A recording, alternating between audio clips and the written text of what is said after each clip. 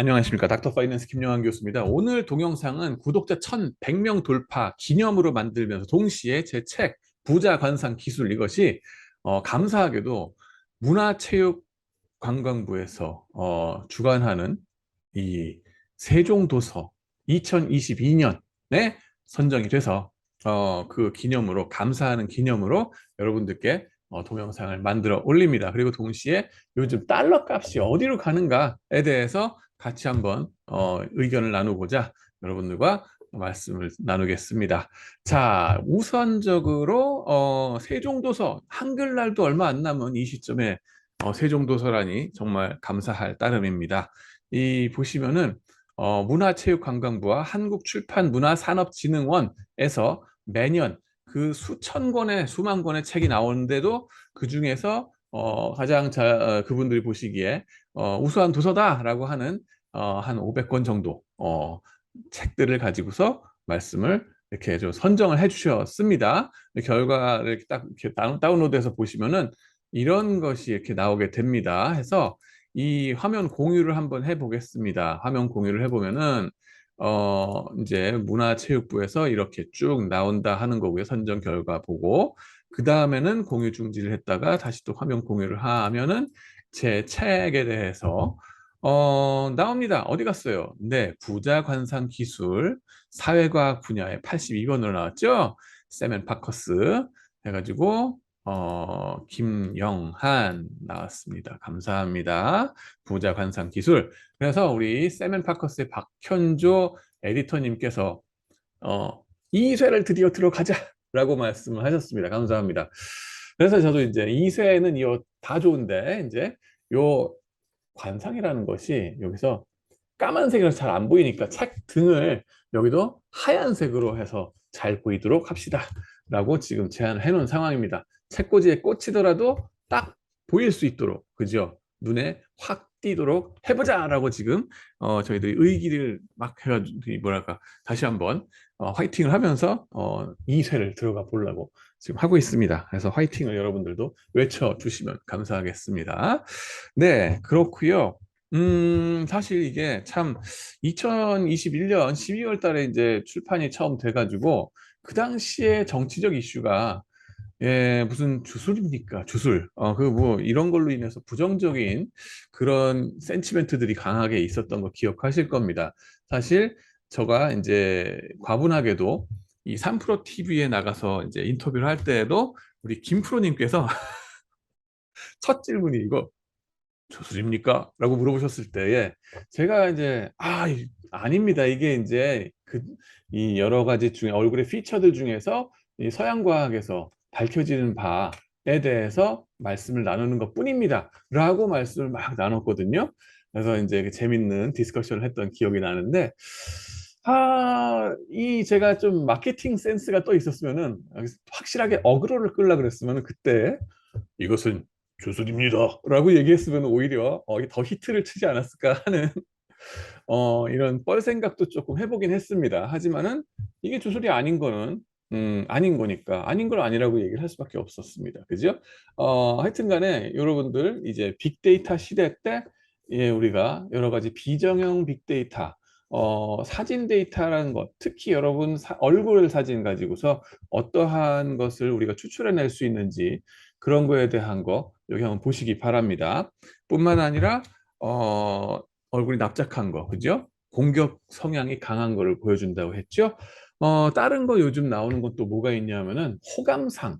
이게 얼만큼 호감상이냐 는 거에 대해서 이게 뭐 눈꼬리가 처지거나 뭐 눈썹이 어떻거나 이런 그런 거에 대해서도 또 탑 어카운팅 저널에 글로벌 탑 어카운팅 저널에 나간 논문도 있습니다. 제 논문이 아니라 홍콩의 김정본 교수님께서 공동 저자들과 함께 쓰신 건데 CFO가 생긴 것이 호감상일수록 그 회사의 이 감사 보고서를 쓰는 이 감사 PwC 3일 이런 회사들이 있잖아요. 걔네들이 감사 수수료를 그 회사에다가 차지하겠죠. 근데 그것이 CFO가 더 호감상일수록 처음 감사 관계가 맺어졌을 때의 감사비를 조금 차지하더라 하는 그런 발견을 하셨습니다. 근데 이것은 이제 첫인상의 중요성이죠.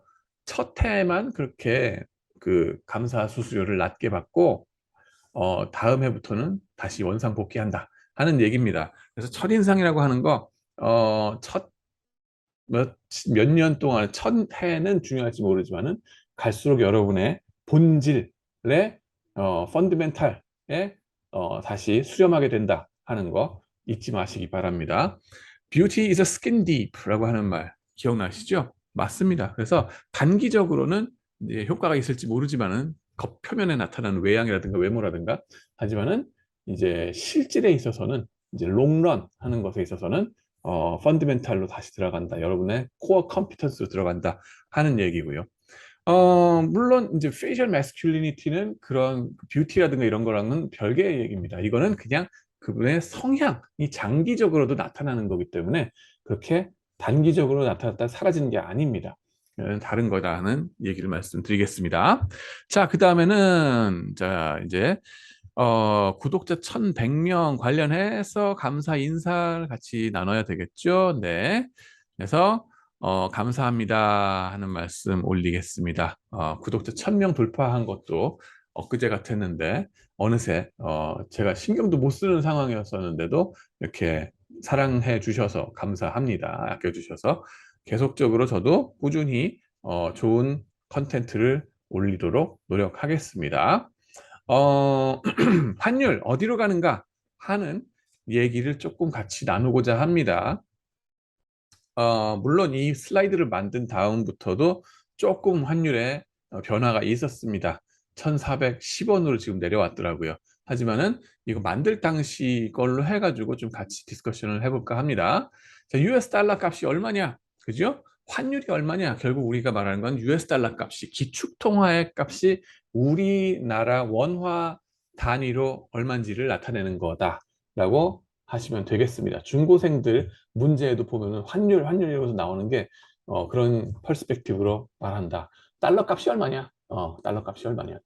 1440.22원을 뚫은 적이 있습니다. 10월 1일 날. 그죠? 관리감독 당국이 손 놓고 있을 휴일에는 확 올라갔다가 다시 또 장에 쓰면은 관리감독 당국이 뭐라고 이제 하시면은 내려오고 이런 상황이 벌어진다는 거 기억하실 겁니다.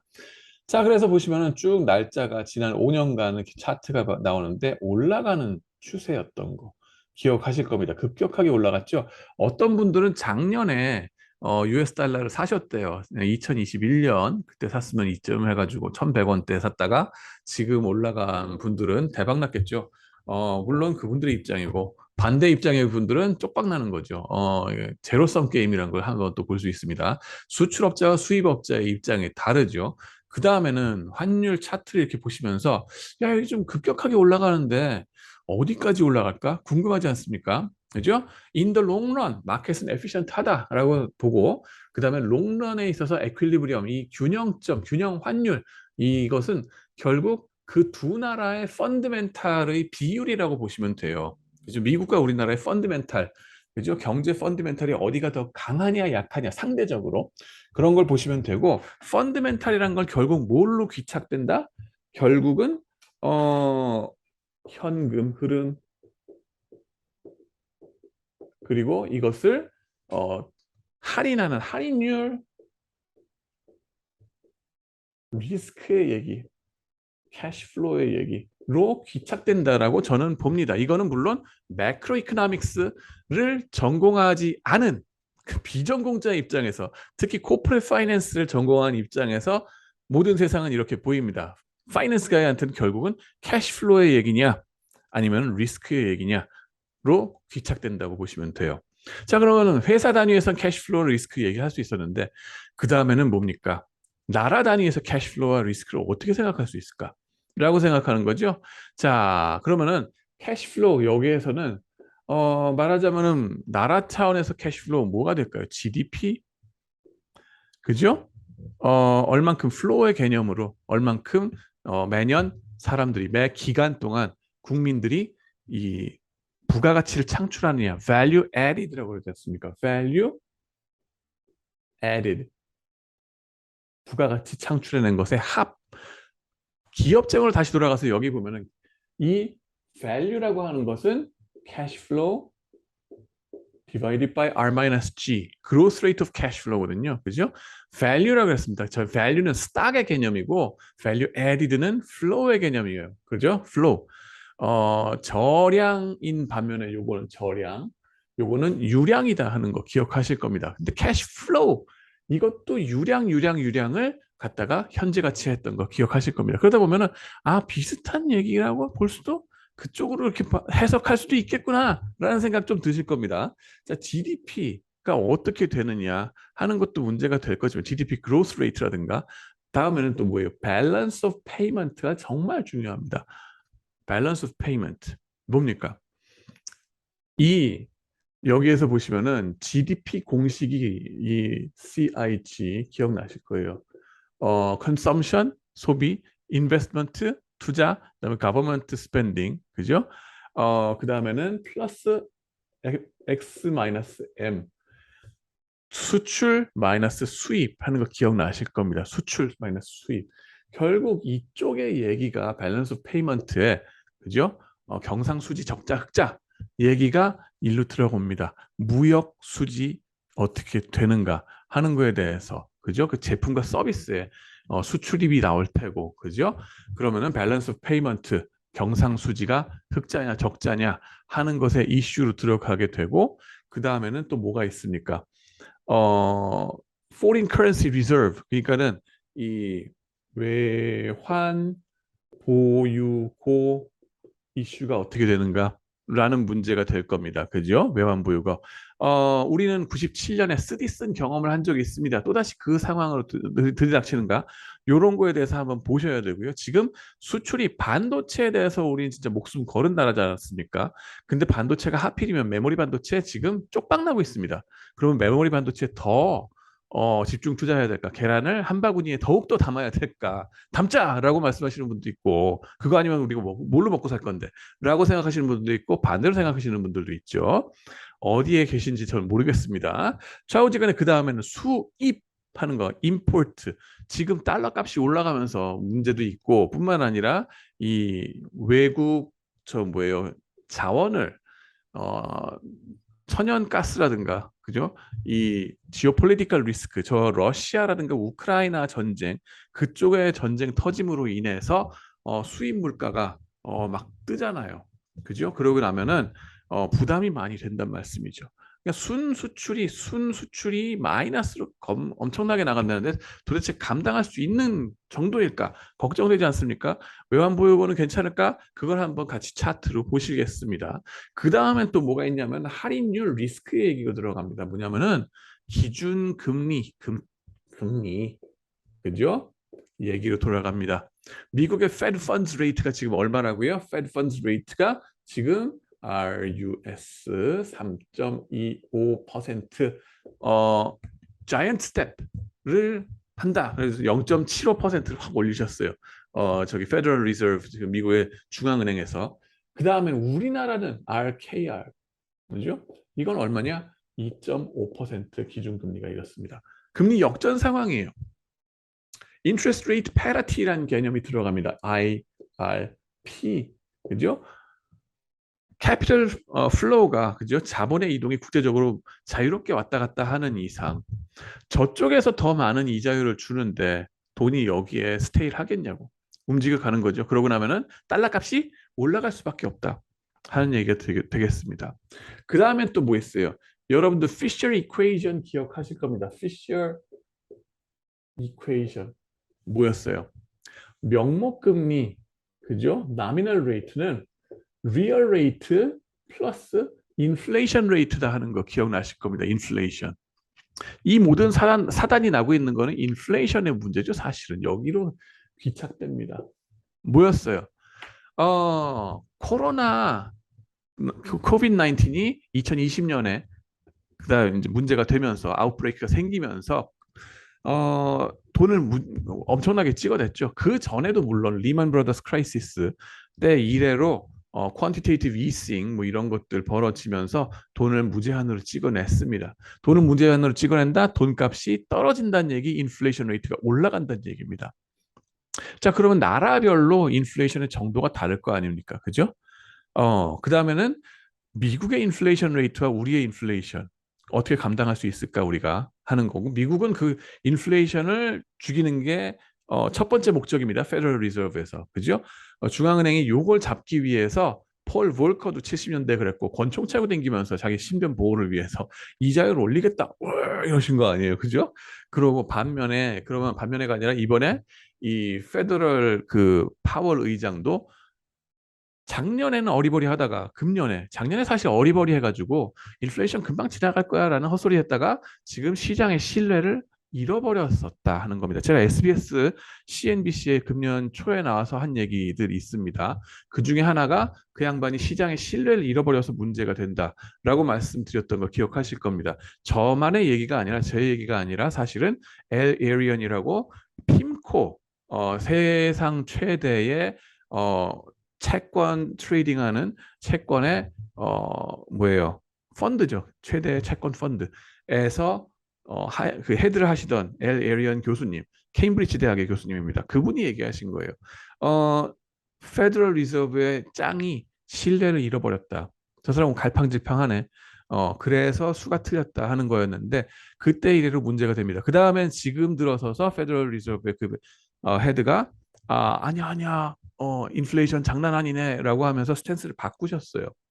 자, 그래가지고 인플레이션 파이터가 돼서 이거 레이트를 막 올립니다. 남의 나라에 어떻게 되든 간에 지금 니네 상관할 게 아니라 일단 우리부터 살고 봐야 된다는 거죠. 어쩔 수 없습니다. 미국 입장에서. 각자 도생의 삶이란 거죠. 우리나라는 어떻게 되는가? 그리고 인플레이션은 우리가 걱정을 해야 되는가 말아야 되는가 하는 거에 대해서도 지금 걱정이 되실 겁니다. 자, 그 다음에는 우리가 인트레스트 레이트를 올리려 그랬을 때 또 뭐가 문제가 됩니까? 부채 부담이 있죠. 만약에 비투를 많이 하셨다. 여러분들이 영끌로 비투로 많이 집을 사셨다. 그러면은 그 빚에는 이자 부담이 있죠. 그런 상황에서 이자율을 미국처럼 같이 올릴 수 있을까? 그 여력이 되는가 하는 거에 대해서도 궁금하실 겁니다. 그래서 많은 데이터 벌써 여러분들 뉴스에 보셨겠지만은 여기 다시 한번 서머리로 같이 보시겠습니다. 자, 그런 펀드멘탈에 의해서 새로운 에퀄리브리엄을 찾아서 균형점을 찾아서 갈 겁니다. 지금 급속하게 움직이고 있는 건데 새로운 균형점으로 올라가는 높은 곳에서 있을 거냐 아니면 되돌아와서 낮은 곳에서 균형점이 잡힐 거냐 아니면 이거보다 훨씬 높은 곳에 갈 거냐 어떻게 될 거냐 하는 궁금증이 생기실 텐데요. 같이 한번 봅시다. 롱런은 일단 에퀄리브리엄을 찾아서 갈 텐데 숏런은 여러분 뭐라 그랬습니까? 시장은 심리가 좌우합니다. 네, 경제적인 펀드멘탈 이외에 심리적인 패닉 요인이 있는가? 만약에 패닉하게 된다면 어떤 현상이 벌어질까? 우리는 그 패닉을 벌써 두 번을 본 적이 있습니다. 언제 봤느냐? 지난번에 2009년 3월 달에 한 번 1,600원 직전까지 찍은 적이 있습니다. 1,580 얼마 정도. 시장이 미쳐버리면 이렇게 팍 전고점에 앵커링, 네, 앵커링 바이어스가 있어서 꽂힘 현상, 앵커링 이거 행동경제 중요한 컨셉트 중에 하나죠. 예, 시험 문제 내기 딱 좋은 앵커링 바이어스. 네, 이런 게 있습니다. 꽂혔다. 이게 단내리기 했다 하는 겁니다. 그래서 잘못하면은 시장이 미쳐버리면은 저쪽에 전고점에 꽂혀버릴 수 있습니다. 왜 하필이면 전고점이에요? 저게 무슨 펀드멘탈을 반영한 거니까 저게 꽂히는 겁니까? 아니요. 비이성적으로 그냥 시각적으로 동물적으로 눈에 보이는 가장 도드라진 곳에 꽂히게 돼 있다 하는 겁니다. 자, 그래서 저걸 갈 거냐? 가라는 보장은 없습니다. 근데 만약에 미쳐버리면 저럴 수는 있다. 저럴 수는 있다. 단기적으로. 하지만은 그걸 가라는 100% 보장은 없다. 조심하셔야 한다는 겁니다. 그 다음에 더 전고점 더 높은 적도 있지 않았나요? 네, 맞습니다. 2,000원 근처에서 찍은 적이 있습니다. 은행에 가서 바꿀 때 2,000원 넘어간 적이 있어요. 이 당시에. 그죠? 근데 매매 기준율을 봤을 때는 1960이 데이터상으로 최고점으로 찍혀 있습니다. 저까지 갈까? 하는 겁니다. 설마 시장이 미치면은 갈 수는 있으나 그 정도로 비이성적일까요? 우리나라가? 지금 왜 FX 마켓이 그 정도까지는 아니겠지 하는 겁니다. 그 다음에는요. 몇 가지 저희 학생들 중에 하나가 교수님 저거 보니까 거의 12년 만에 한 번씩 오는 것 같아요. 이렇게 출렁출렁 하는 게 지금이 그때인가 그죠? 뭡니까 12년이면은 이게 1997년 말이거든요. 98년이라고 치면 거의 12년 지나서 한 2009년쯤 됩니다. 97에서 12 더하면 2009년 거기서 또 12를 더하면은 2021년이 됩니다. 그럼 뭐 만약에 1년 더 더하면 지금 금년이 되는데 12.5년씩 만약에 더해서 그러면 자축인묘 진사오미 12G 파이낸스라는 에어리어를 창출해낼 건가? 아, 농담입니다. 설마 그런 일은 없겠죠. 그런 일은 없겠죠. 근데 하여튼 간에 근 10년에서 12년 만에 한 번씩은 출렁출렁 하는 것이 이 매크로 사이클이 아닌가. 주글라 파동이라고 옛날에 쭈구리 하면서 여러분들 고등학교 때 많이 배우셨을 겁니다. 그 중장기적인 파동이 이렇게 오는 걸까? 라는 의심도 살짝 해볼 수는 있습니다. 하지만 그렇다고 해서 저 전고점에 우리가 꼭 가야 되는가는 다른 얘기다 하는 거고 두 번째로 말씀드리고 싶은 거는 올라가는 각도입니다. 각도. 그죠? 요때 보시면 97년 요때 아주 가파르게 확 올라가는 거 보이시죠? 그랬다가 쭉 천천히 빠집니다. 요때도 가파르게 확 올라갔다 2009년에 천천히 빠집니다. 지금은요. 가파르게 올라가나요? 여기서부터 봤을 때 확 올라갔습니까? 아니에요. 천천히 올라갑니다. 예. 그렇다고 지금부터 가파르게 미친 듯이 올라가나? 아니에요. 아니에요. 그 정도 아닙니다. 우리가 그 정도의 허당은 아니다. 우리나라가 하는 거 말씀드리고 그래서 전에 했던 것 대비 추세를 봤으면은 시각적으로 여러분들이 꽂히고자 한다 그러면은 제대로 꽂혀보자는 거예요. 옛날 같은 그런 패턴은 아니다. 라고 하는 걸 좀 알 수 있습니다. 오히려 지금 천천히 새로운 균형점을 향해 나가는 거 아닐까 하는 의심이 좀 더 듭니다. 자, 그러고 나서 보면은요. 좀 더 이제 주변 나라들의 커런시가 어떻게 되는지를 같이 좀 봤으면 좋겠습니다.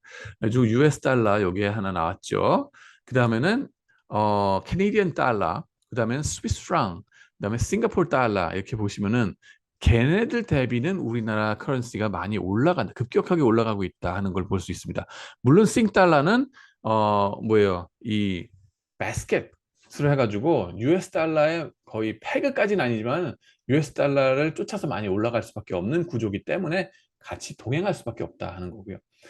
반면에 캐네디언 달러나 아니면 스위스 프랑 같은 경우는 스위스 프랑 네, 이런 거는 거기에 반드시 패그된 게 아니라 별개로 움직이죠. 그런데도 불구하고 같이 이렇게 올라간다는 거는 좀 재미있는 현상이다라고 볼 수 있고요.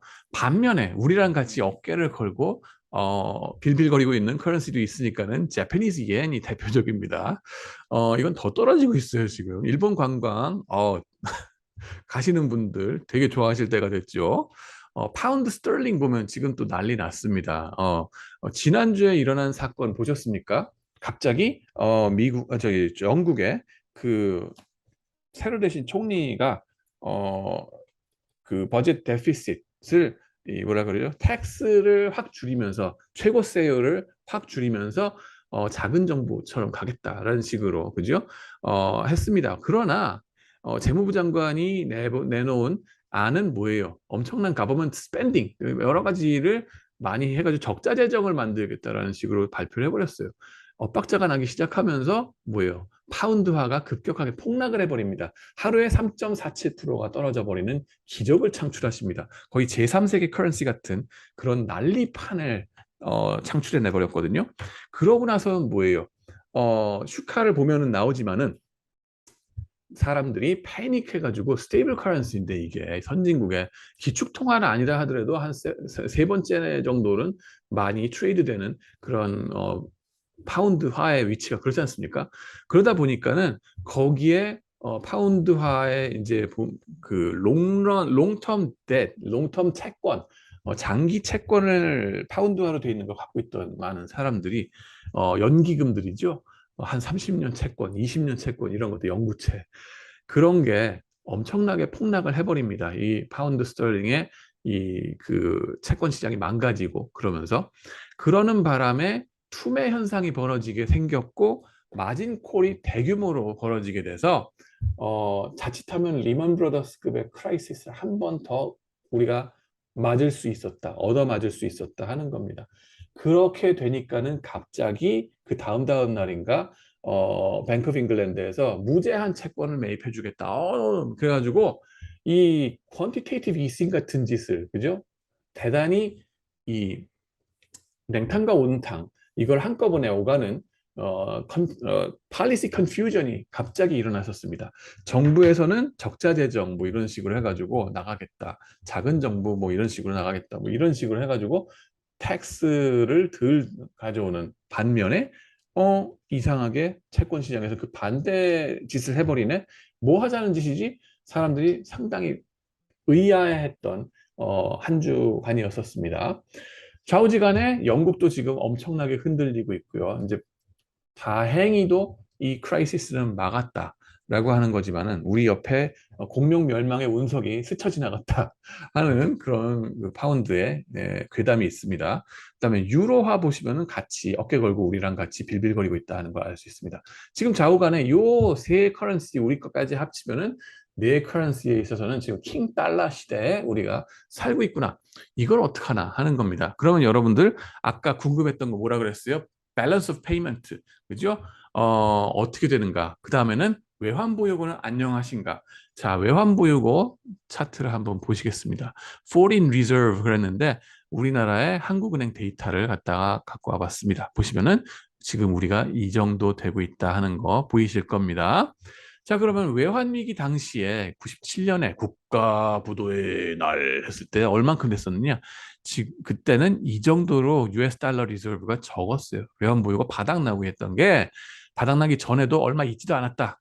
아무 개념이 없었다라고 보시면 되고 그 다음에 지금은 그거에 몇 배입니까?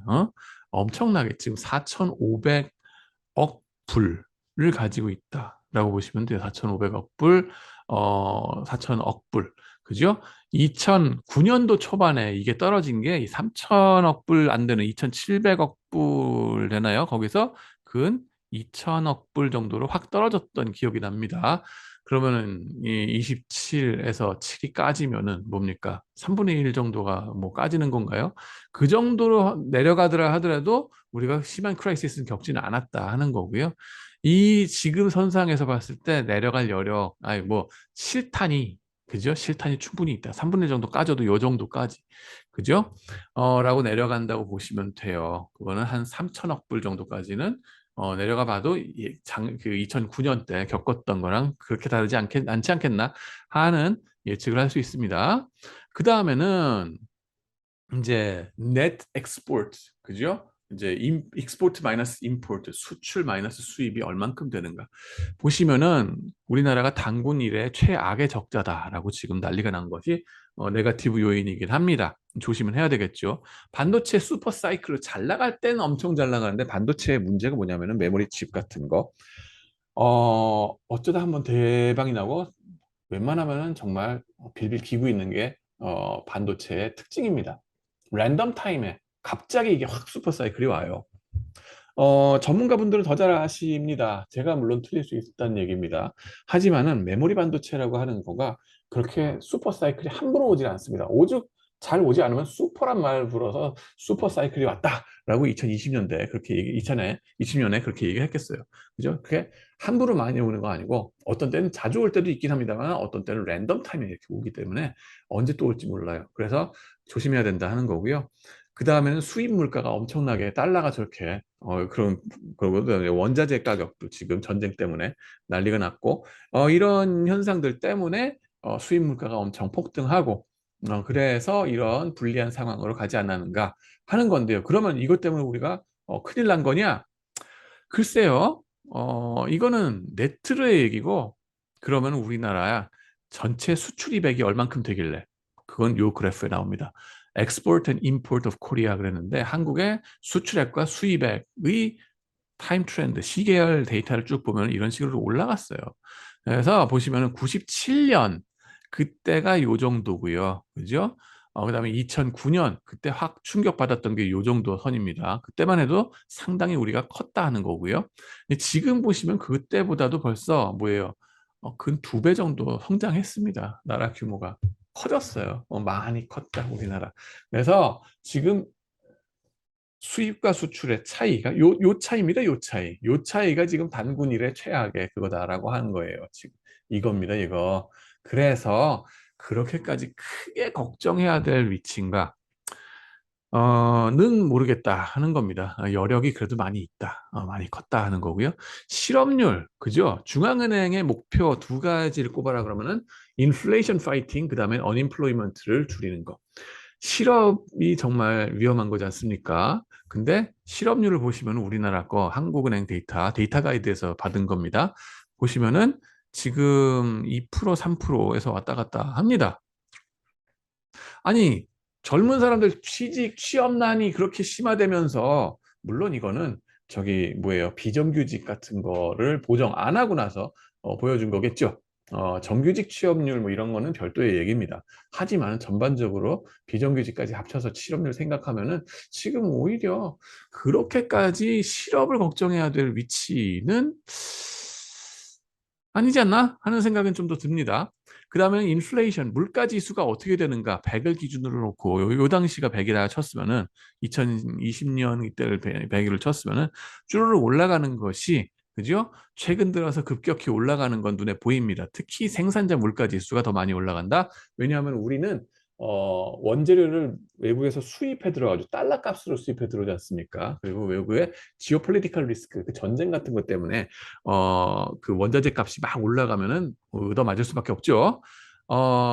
반면에 소비자 물가 지수는 이렇게 올라갑니다. 근데 가장 최근에 거 보면은 그렇게까지 급격했던 거는 좀 꺾였다 하는 거를 좀 알 수 있습니다. 오늘 발표된 지수들 얘기 들어봐도 조금 꺾였다 하는 얘기들은 좀 들립니다. 그래서 인플레이션은 그렇게 걱정할 이유가 있나? 미국만큼 혹은 영국만큼 걱정할 상황인가는 좀 두고 보셔야 된다 하는 거죠. 영국은 지금 10% 물가 상승률을 보인다고 하는데, 인플레이션 레이트가 그런 점에 있어서 좀 차이가 있구나 하는 걸 좀 볼 수 있다 하는 겁니다. 그 다음에는 우리나라에 그럼 비투를 해가지고 그렇게 왜 위험한 상황이냐, 그죠? 물론 위험할 수는 있죠. 근데 부도율 자체로 봤을 때는, 그죠? 전자결제분 제외한 데이터 가이드에 나오는 그 부도율을 보실 때는 지금 요 끝에 와 있습니다.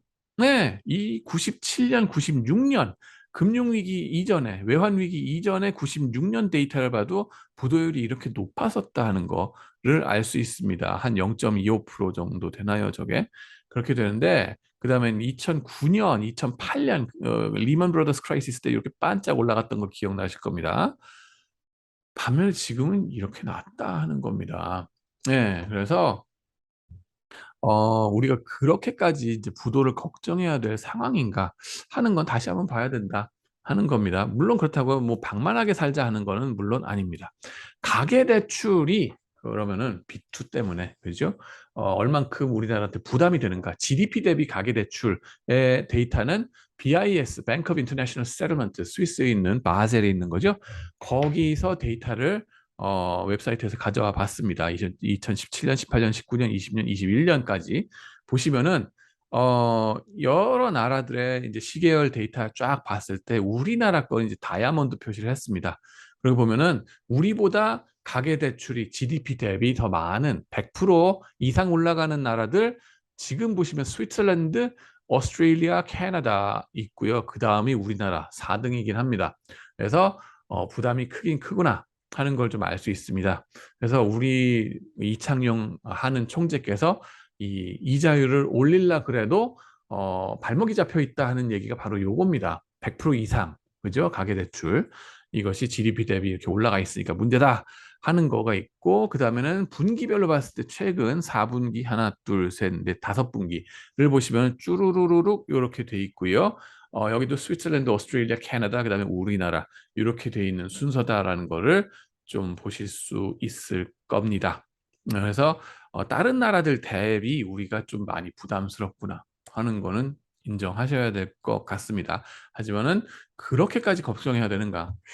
하우스홀드 데트 이걸 갖다가 또 이제 OECD 데이터에서 봤습니다. disposable income, 가처분 소득 대비, 그죠? 여러분들이 월급 벌어가지고 뭐 가처분 소득 이제 세금 내고 그러고 나서 뭐 이제 여러분들이 쓸 돈 가지고서 대비 이 하우스홀드 데트 부담이 얼만큼 되는가 하는 거를 나타내는 거 지금 200% 정도 된다라고 하는 게 사우스 코리아의 현실입니다. 우리보다 많은 나라 스웨덴, 오스트레일리아, 네덜란드, 스위tzer랜드, 노르웨이 그렇게 우리가 교육으로 우러러보는 노르웨이 그리고 덴마크 북부 지역은 여기 다 있습니다. 복지국가 한답시고 그동안에 많이 해왔던 그 나라들 그죠? 부담들이 많이 있겠죠. 그러다 보니까 이런 현상이 벌어지고 우리나라 여기 있고 영국 저기 있고 그다음에는 일본은 저 밑에 있습니다. 그다음에는 이탈리, 우리나라랑 1인당 GDP가 이제 다이다이로 맞짱 뜨고 있는 이탈리아 여기 있습니다. 자, 등등의 나라들의 현상이 이렇게 쭉 되고 있다. 우리나라는 빚 부담이 좀 크긴 크구나. 네, 이런 현상이 일어나는 이유 중에 하나는 뭡니까? 부동산에 비투를 많이 했다는 건데 부동산의 특징이 또 뭐예요? 우리나라가 전 세계에 우리나라밖에 없는 전세 제도.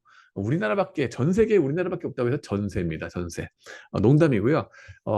다른 나라들, 싱가포르도 그렇고 미국도 그렇고 다 월세죠. 네, 저는 그래서 월세가 더 편합니다. 월세로 이제 반월세, 반전세 해가지고 하는 거가 당연히 월세를 하지 왜 전세로 왜 살아?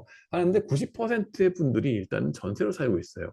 근데 전세를 또 빚을 끼고서 전세를 하죠. 그리고 아파트를 사도 전세를 끼고서 하다 보니까 이런 비투의 현상이 나타날 수밖에 없고 그런 거 생각하면은 빚져 가지고 이렇게 한 거가 정말 생짜로 부담만 되는 걸까 하는 거에 대해서 조금 한번 생각도 해봐야 될 것 같습니다. 모르겠어요. 그래서 연쇄 효과가 더욱더 폭발적으로 우리나라에 더 위험한 걸까? 아니면은 또 그 빚져가지고 산 집이 어차피 내가 살 집이고 투기성으로 뭐 여러 채를 산 게 아니기 때문에 그렇게까지 걱정해도 안 해도 되는 걸까 하는 거에 대해서는 좀 더 연구를 해봐야 될 것 같고 리포트가 분명히 딴 데 나와 있을 겁니다. 하여튼 간에 부담이 좀 되긴 된다. 근데 우리나라만의 특수한 상황도 있기는 하다 하는 걸 좀 보실 필요가 있고요. 금리 역전 상황 저렇게 된다는 것도 여러분들 다 아실 겁니다. 부동산은 안녕하신가? 그동안에 부동산 펀드가 얼만큼 많이 설정되어 왔는가 하는 걸 볼 수 있을 텐데 부동산 시장이 깨지고 나면은 지금 이자율 막 올라가잖아요. 얘네들은 안녕할까 하는 생각이 좀 들고요. 부동산 프라이빗 에퀴티 쭉 이렇게 많이 있긴 한데 좀 궁금하더라 하는 거 좀 말씀을 드리면서 저는 그거에 대한 확답은 드릴 수가 없다 하는 한계를 인정합니다. 저는 그쪽에 비전공자이기 때문에 그거에 대한 뭐 핑계랑 핑계고 뭐 그 정도 선에서 일단 말씀을 같이 나누었습니다. 그래서 1,410원 지금 이제 환율이 되고 있는데 뭐 그거 갖고서 지금 뭐 달러를 팔라는 얘기냐 아니면 달러를 더 사라는 얘기냐 저도 모릅니다. 들고 있으라는 얘기냐 저 모릅니다. 모든 투자는 여러분들 스스로의 책임하에 하시는 것뿐이고 다만 옛날처럼 금융위기 국가부도의 날 할 만큼 위태로운 상황이냐? 아니요. 우리나라 이제 그동안 많이 컸습니다. 그동안 여러분들이 고생해 주시고 우리 모두가 피땀 흘려서 노력해 온 덕분에 기초 체력은 튼튼하다. 예, 이창용 총재님께서 지금 좀 뭐랄까 고집을 부리시는 그죠? 펀드멘탈 믿고 이자율 함부로 안 올리자.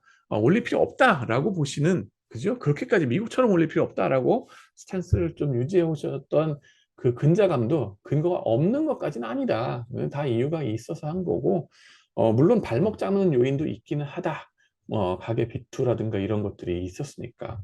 뭐 그렇긴 하지만은 그렇게까지 패닉을 해야 될 상황인가 하는 거에 대해서는 우리가 좀 생각을 좀 더 차분히 하실 필요가 있다.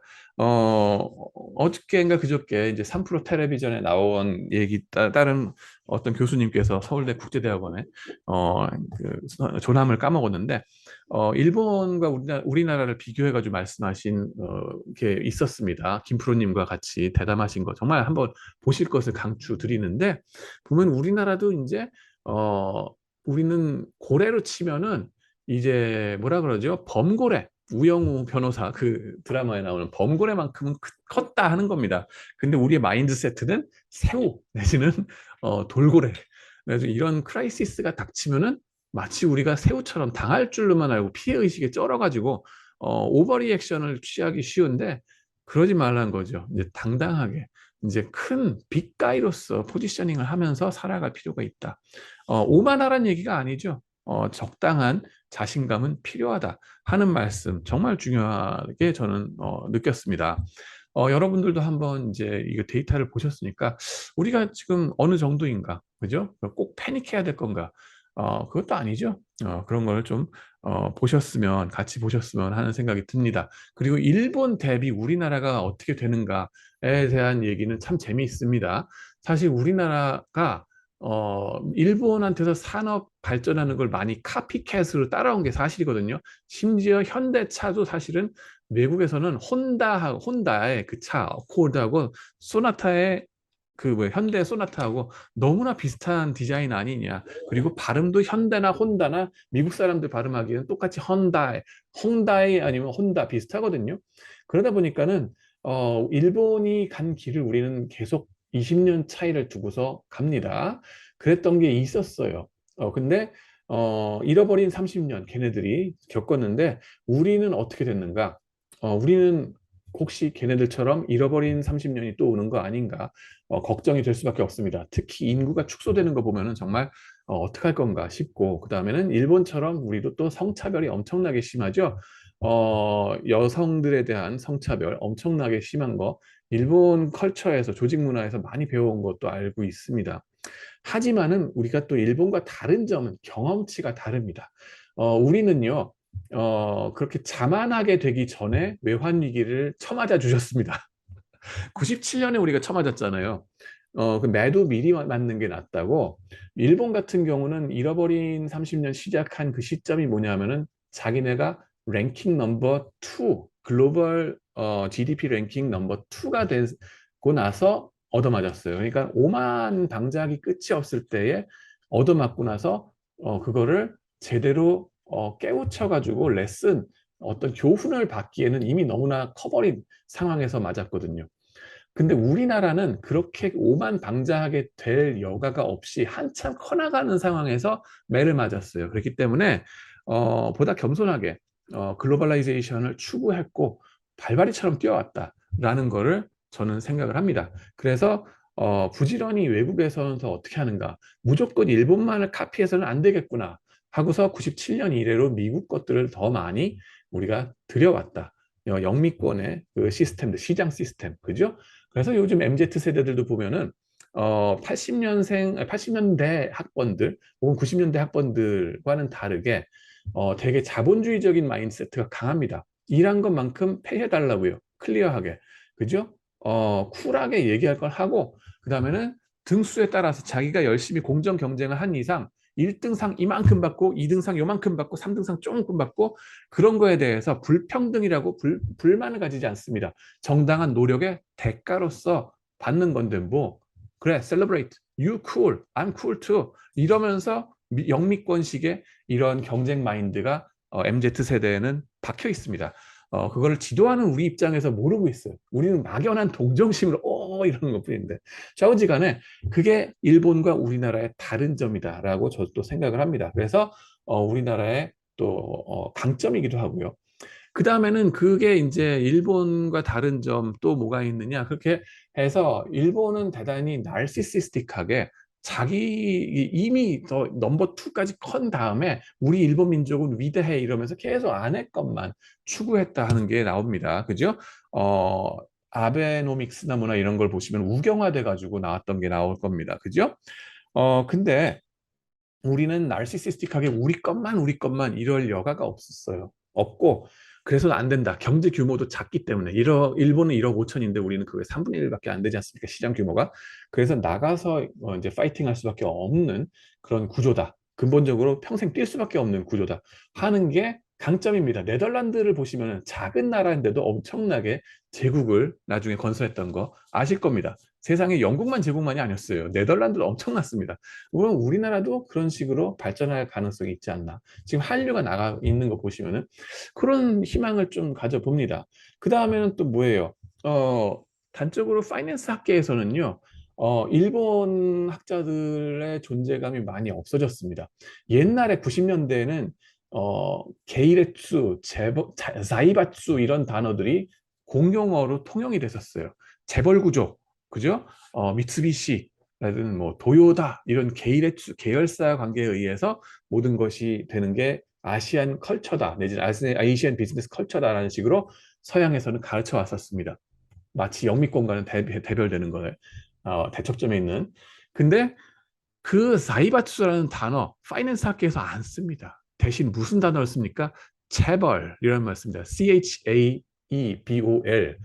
어떻게 해서 한국 학자분들이 더 많이 발바리처럼 열심히 뛰셔가지고 글로벌 저널에 탑 저널에 그렇게 많이 내시면서 재벌이라는 단어를 보급하셨습니다. 사이바투를 이제는 킥아웃 해버리고 미국 학자들도 이제 재벌 이거 혹시 발음 잘못하시는 분들은 캐벌 이런 식으로 CH가 K로 발음되는 줄 아는 스페니시 계통의 분들은 캐벌 이러시고 미국 분들은 재벌이라고 발음을 하십니다. 사이바츠라고 하시면 안 써요. 안 씁니다. 예. 그런 식으로 벌써 보급이 돼버렸어요. 그리고 부정적으로 생각하실 거 없다고요. 대단히 부정적으로 막 움츠려 드시면서 마치 재벌이라는 단어 쓰면 뭐 빨갱이가 되는 듯이 잘못 아시는 분들이 있는데 아닙니다. 그거 미국 교수들도 다 재벌이라고 쓰고 한국의 비즈니스 컬처로서 받아들입니다.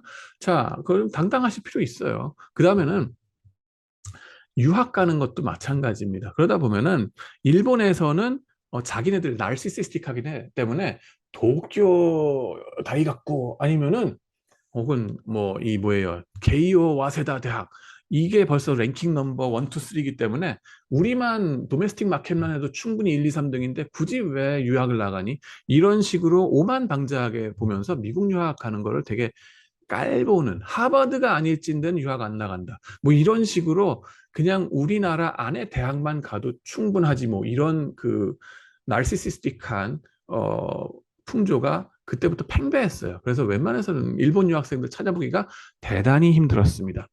반면에 우리나라는 거기에 안주할 여건이 못 되죠. 그렇기 때문에 하버드건 뭐건 필요 없고 주립대든 어디 다른 작은 대학이든 무조건 일단 나가서 배워보고 왔어요. 그래서 일단 보는 퍼스펙티브가 다릅니다. 최근 들어서 조금 안타까운 건 뭐냐 하면은 우리나라 사람들도 많이 나르시시스틱해져 가지고 우리나라의 대학만 최고지 뭐 이런 식의 생각을 하고서 안 나가시는 분들도 있는 것 같아요. 무조건 다 유학 나가라는 얘기는 물론 아닙니다. 우리도 우리 제가 몸담고 있는 성균관대학도 글로벌 랭킹 탑을 가기 위해서 정말 열심히 노력하고 있고 학생들도 잘하고 있고 열심히 하고 있습니다. 많은 교수님들도 엄청나게 열심히 노력하고 계시고 하지만은 그것이 유학 나가지 말라는 얘기는 아니다는 거예요. 항상 작은 대학, 이름 없는 대학이라도 겸손한 마음으로 나가서 보고 배우고 흡수하면은 120% 흡수하면서 살아가면은 탑이 된다. 너 자신이 탑이 된다 하는 겁니다. 그런 철학으로 나가서 살면은 뭐를 해도 성공해요. 그러지 않습니까, 여러분들? 그런 겸손한 마인드세트로 나가서 뭐든지 배우시고 하시길 바랍니다. 네. 약간의 좀 더 업데이트를 드리면은 좀 요즘에는 이제 학생들이 많이 1, 2학년 때부터도 인턴십들을 찾아서 레주메를 내고 그럽니다. 그러면서 그 회사들에서도 보시면은 커피숍 알바도 좋다. 레주메에 써라. 그러고 막상 또 이제 이런 프라이빗 에퀴티 펀드에서도 보시면은 우리가 운영하는 회사에서 당장에 필요한 게 어떠어떠한 회사들, 작은 회사를 관리할 일인데 거기에 겸손하게 가가지고 그 현장에서 뭐가 필요한지 어떻게 이거를 리스트럭처링 해가지고 잘 해나갈 수 있을지 그 아이디어 네가 한번 내봐. 근데 커피숍 알바를 할 때에도 네가 그런 마인드세트로 그 커피숍 점장, 그죠? 지점장의 마인드로 그 커피숍 알바를 하면서 그걸 바라봤니? 그 제안을 해봤니? 그러면은 뭐 어떤 아이디, 언제 손님이 많이 오는지, 언제 손님이 적게 오고 어느 길목에 있으면 더 좋을지 그런 것들에 대해서 네가 고민해봤니? 어떻게 하면은 더 마케팅 툴로서 이런저런 것들 갖다가 들이대가지고 손님을 늘릴 수 있을까를 네가 고민해 봤냐? 그거를 써서 기록으로 남겨봤니? 그럼 show it to me, show me 하는 식으로 인터뷰를 합니다. 그런 데에서 그 이제 미리미리 뭐 편의점 알바를 했건 뭘 했건 그런 거를 허투루 넘기지 않고 열심히 진심으로 해왔던 애들이 빛을 발하고 있습니다. 그렇기 때문에 물론 단순 자격증 시험을 열심히 준비하는 애들도 있습니다. 하지만은 자격증도 요즘은 CPA도 부분 합격을 인정해요. 그게 뭐냐면은 이런 편의점 알바도 해가면서 CPA 하라고. 단순히 그냥 장부 기록만 하면서 그냥 살아가는 그런 CPA는 필요 없다는 거죠. 현업의 경험을 계속 축적해 나가면서 자격증도 하고 그러면서 나아가는 그런 현장 중심의 인재들을 찾더라고요. 그게 영미권, 그죠? 홍콩, 싱가포르에서 벌어지고 있는 일이기도 하고 그런 것에 발맞춰서 학생들도 변해 나가고 있습니다. 그래서 여러분들이 한번 그런 것들을 좀 관심 가지고서 찾아보실 필요가 있다 하는 거 말씀드리고요. 그 다음에는 또 뭐 다른 얘기들 또 할 말 많습니다만은 오늘 비디오는 여기서 멈춰야 될 것 같습니다. 20분 목표로 했었는데 30분 넘어간 것 같아요. 긴 시간 들어주셔서 감사합니다. 다음번에 또 비디오로 인사드리겠습니다. 감사합니다.